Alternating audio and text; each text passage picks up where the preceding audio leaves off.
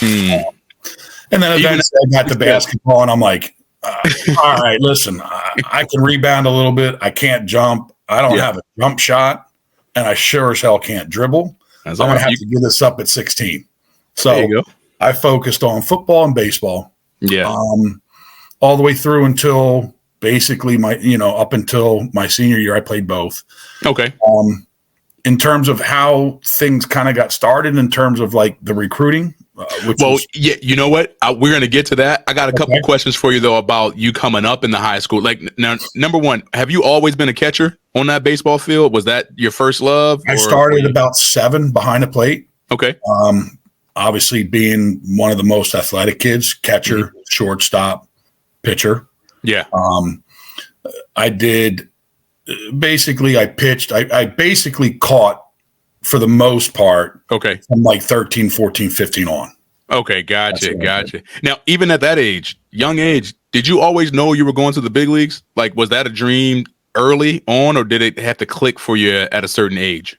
I believe it was more 15 or 16. I remember watching the Phillies on TV, and they had a close-up of Mike Schmidt, who was sitting on the bench. Yeah. And for whatever reason, he was chewing sunflower seeds.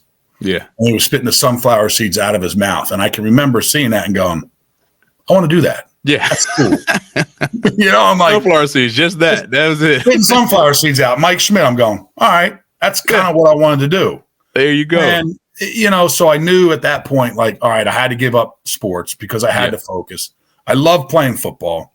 It was one of those things in the wintertime because you didn't have baseball facilities. Right. Indoor. Like 1985. Right. You really didn't have it. We had the closest thing that we had was something called Grand Slam USA, which is more of an entertainment sports. Like they did the jump around, you did the basketballs, you had the arcade, and it was pitching machines. Yeah, we had one in Maryland. It was the same thing. Bill Greenwell ran it out there in Maryland. Same thing, Grand Slam USA. Yes, sir. Yeah, so it was. Yeah, that was the extent of what you had in terms of any type of training. Okay. Now, so really did you get out there? Did you get out there in long toss in the snow? With the I didn't do anything. It was football season. Right. Gotcha. I went from football, and then basically you started like kind of towards my. We had a junior high system, so we were 7th, 8th, and 9th. Right. So I was in 9th grade, which typically most guys would be freshmen. So our high school, senior high school was 10, 11, and 12. So we were separated. Yeah. So it wasn't until basically 10th grade where I was able to start to really be around the high school kids, the older kids. And, I like to hit. I could always hit. So I would always spend a lot of time hitting. Yeah. I did have one mentor at the time. His name was Jim Wojcik. Okay. He played when there was like triple Z ball, you had like 26 different levels. Yeah. And he was a catcher as well. He's like, I think he played like it was D ball, then C ball, A, B, A. And then he had to go double A, triple A. It was like 12 different levels. Right. So he played a little bit of professional baseball at the minor league level. He gave me some insight on some catching stuff. Okay. And I primarily worked on throwing the ball to second base, and I definitely worked on hitting. Well, now on the catching side, because, these days, man, it's so much different than when you came up as far as the receiving, the techniques. I mean, these catchers, man, they're magicians now. I mean, they manipulate the baseball and do all types of things with the receiving stuff. But back then, what was one of the main things that he taught you about receiving? As far as like what was the big ticket that he had you work on? That your mentor there. Just being soft with the ball. The old type of catching was, catch the ball, bring the ball back into the center of your body, try to catch it in the center of your, in the center of your chest. So when we get to the 4 catchers of Rushmore, I'm going to throw a name out there, and you'll be like, who? Yeah. I'll be like, this is one of the guys that I always looked up to. And like, all right, there we go. I tried to do. All right.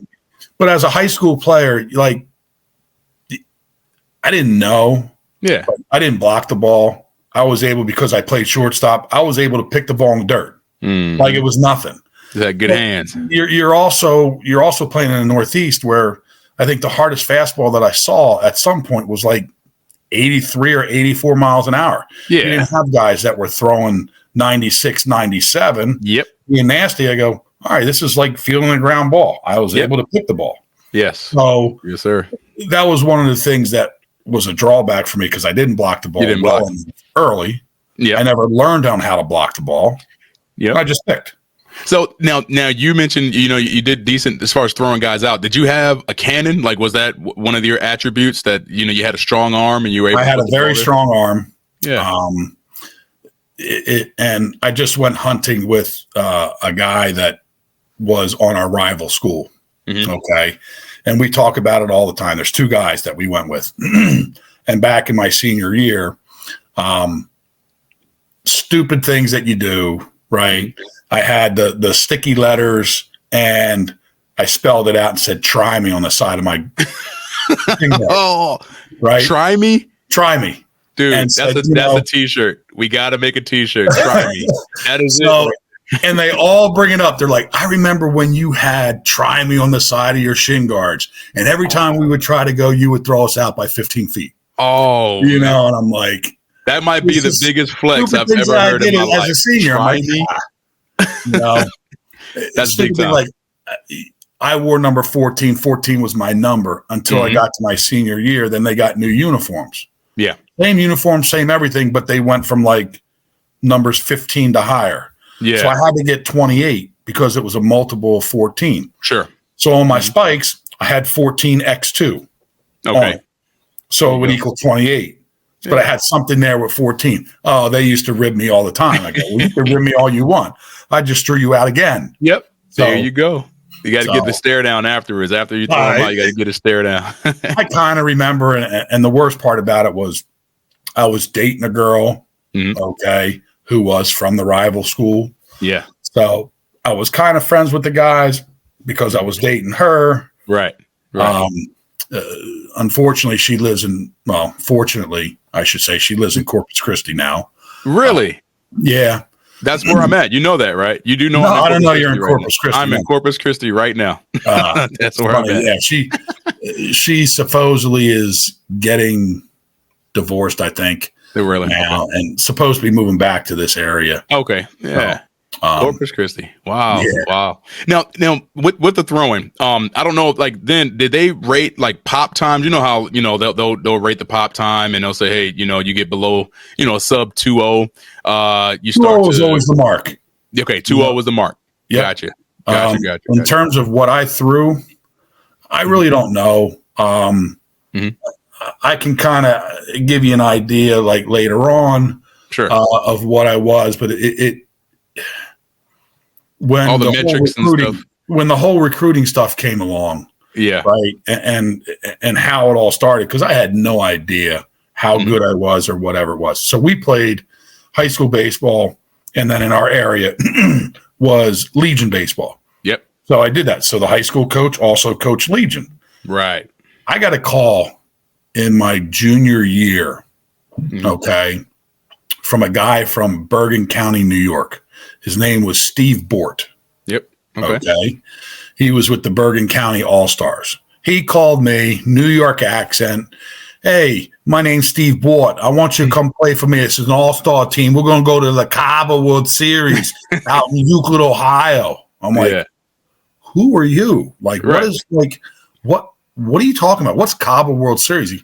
There's a tournament that's out there. It's like 10 games long, blah, blah, blah. We'll go out there. If you get out there, I guarantee I can get you a college scholarship. I'm like, oh, now you got my attention. I'm like, come on now. Like, what are we talking about? You're right. And it was during the summertime in which I had to leave the Legion team. For this thing. For that. Yep. For the whole, it was like 10 days long, like 10 games. And I talked to my parents, like, all right, well, we'll go. Let's find out what this is all about. Yeah. I had to first make the team. Yep. Okay. I was struggling. I was in a slump. I couldn't hit. I had to go up for a tryout up in New York. Okay.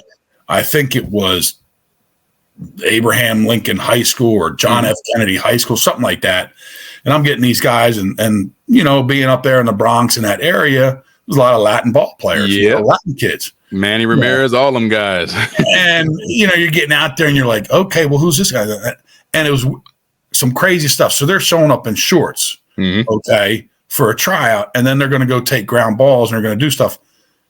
They would put the athletic supporter over top of their shorts and take ground balls at shortstop and then take it off so they can run and stuff. I'm like, wow, what is going on here? Like, when I'm wearing my cup, I'm wearing it underneath my pants. That's right. You know? And it was the first time there where you did a major league style tryout. I ran the 60. What was the time? Give it up. I ran a 6'9". You ran a 6'9"? Wow. Yeah.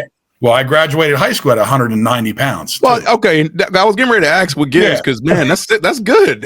Yeah, but my playing weight when I eventually got really into pro ball after lifting, I was 245. There we go. They fed you. They gave you something to eat. Then that 6'9" went to 7'9". Yeah. But that's all right. My just job hit the was to hit doubles and home runs. That's right. Drive some runs and let the little guys do the running, man. You don't do the running. Let them do the running. So that was like the first initiation into like a tryout, like a showcase. Okay. And then we would take ground balls. I took ground balls at third. I did my catching stuff, threw the ball to second base, took batting practice. I hit a couple balls out to center field, which was like 50 feet over a fence.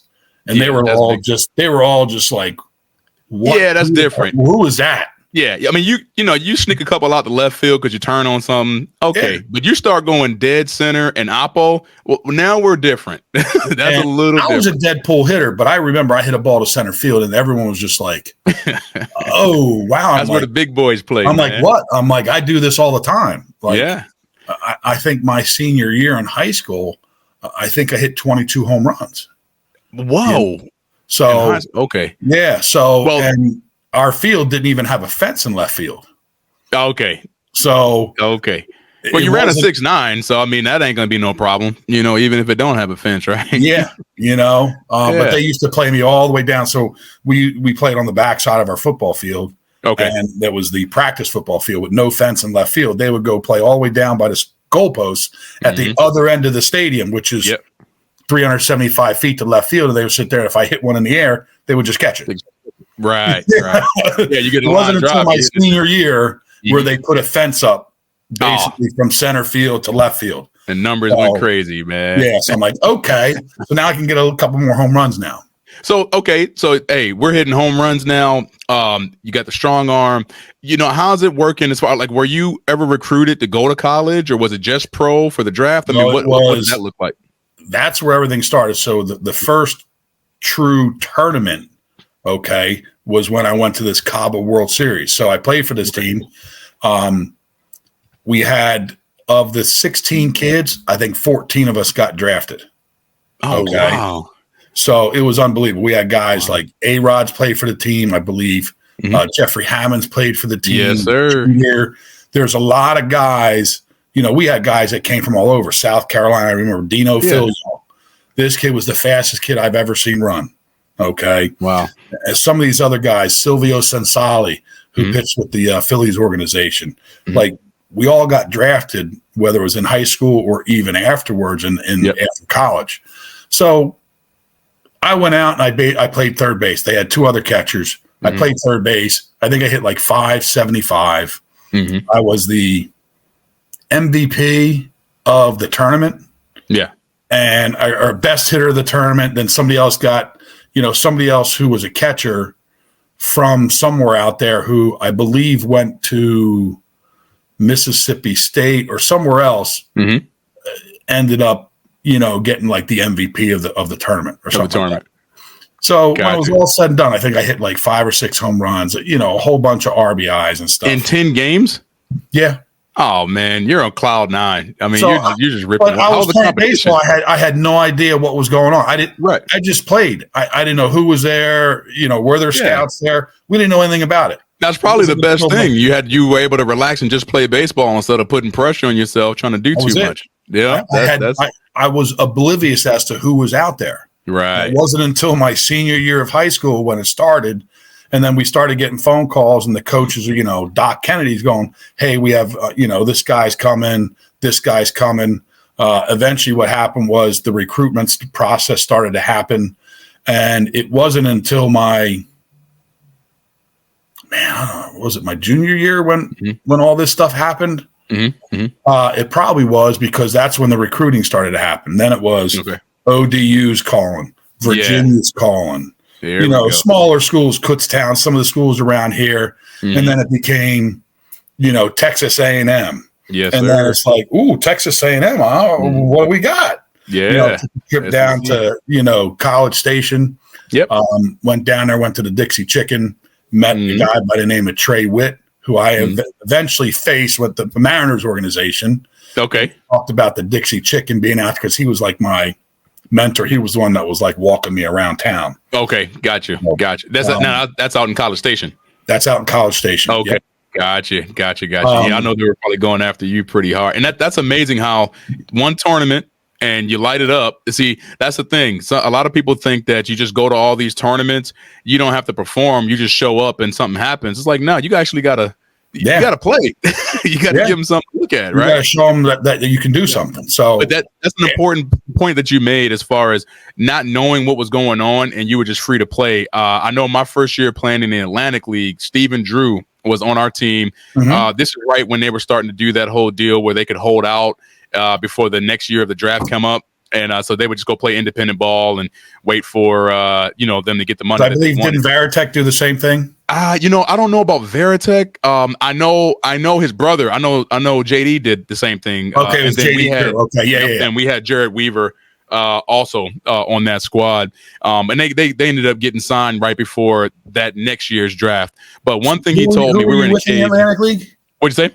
Who were you with the Atlantic League? Camden River Sharks, man. Yes, sir. Did you have who was the manager? It starts with a W. Don't get me to messing this up. He passed away a little while ago. Did he? Yes. No way. Man. Oh my God. What's his last name? I want to say Warchek, or I'm gonna find it before we're gonna find it. We'll find it. We'll find that name. He was with the Brewers organization earlier, I believe. Yeah. Yep. But I remember Stephen Drew, we were in the batting cages and we were hitting, and I was just asking him, like, man, because I'm, he's way higher level than I was. I went to, a school where we didn't get a lot of looks, and Gooses would help me out after I did well in spring training, then that's how I got that deal there. But I remember him saying one thing. He said, Eddie, look, the day you stop playing this game like a kid, that's the day you're going to have trouble. He's like, I don't care what stage you're on, play it like you're in the backyard. And kind of like you just said, when you played in that tournament and you lit it up, you didn't know that other guys are supposed to be good. You're just having a good time playing the game. We lost to Puerto Rico in the championship. So I lighted it up 4-3. I'm like, oof, they were good. Thank you for watching the FCO Show YouTube channel. Like and subscribe here to stay up to date with the latest highlights and clips and keep up with all things catching.